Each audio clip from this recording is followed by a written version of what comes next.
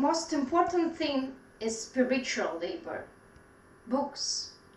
You can wear the same suit for 20 years. 2 coats are enough for a lifetime, but you can live without Pushkin or complete works of Gorky. Svetlana Alexievich, Crazy Second Hand. As a person of art, my interest in life is not the event as such, but rather what happens to the human being in our time. How does man behave and react? And Svetlana Alexievich's book that I read in my literature class make human voices speak for themselves about the main events of the age, such as the war, the Chernobyl disaster, and the downfall of a great empire.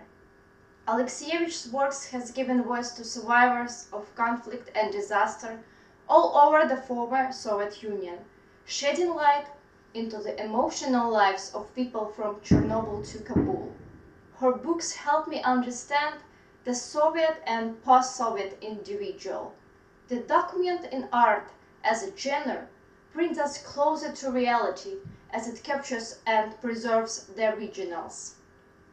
In my speech, I would like to touch 2 main points, which are Svetlana Alexievich's achievements in the literary world and why she became a Nobel Prize winner in literature.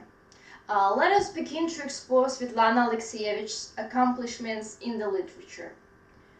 First of all, Svetlana Alexievich is a journalist and writer who moves in the boundaries between reporting and fiction.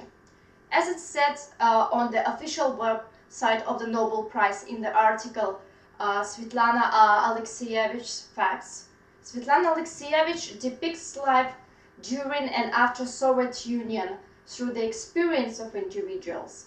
In her books, she uses interviews to create a collage of a wide range of voices. According to Paul Lesich, the author of the article Alexievich Svetlana Alexandrovna for the Columbia Encyclopedia, Svetlana Alexievich reveals hard truths about recent Russian history by using interviews of ordinary citizens, first-hand participants in or observers of events, and combining their voices in a polyphonic chorus of emotion and history.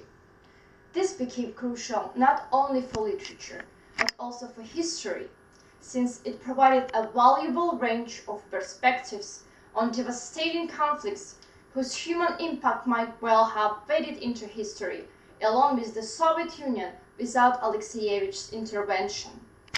According to Sophia Pinkman's article, Witness Tampering for New Republic magazine, Alexievich said, "I reconstructed a history of how people wanted to build the heavenly kingdom on earth, paradise, the city of sun. In the end, all that remained was a sea of blood, millions of ruined human lives." Next, in the same source, it stated that she was a woman writing about the effect of world events on ordinary people. She was an outspoken advocate for peace and respect for the environment. Now, as we discussed Alexievich's accomplishments in the literature, I would like to continue with talking over why she became a Nobel Prize winner. We can say that Alexievich's quest to write a history of feelings, of small human beings thrown out of ordinary life into the epic depths of an enormous event has proven to have lasting power.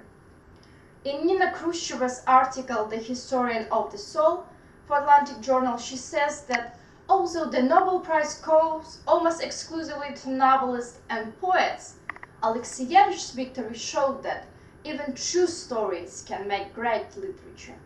It continues, Alexievich has 30-plus year career of polyphonic writings, a monument to suffering and courage in our time, attempting to recover the human experience of communism. Svetlana Alexievich's achievements that we just discussed in the literary world and why she became a Nobel Prize winner in literature, as well her impact on modern literature and history. In the end of this tribute, I would like to say that life is about stories, and everyone has a story to tell. Some stories seem to have more relevance or interest, which may be attributed to a situation or events occurring at the time. Svetlana Alexievich's writings are non-fictions and reflect her research for what happens to men being during war, conflict, and tragedy. Getting her Nobel Prize, she said, "What can art accomplish? The purpose of art is to accumulate the human within the human being."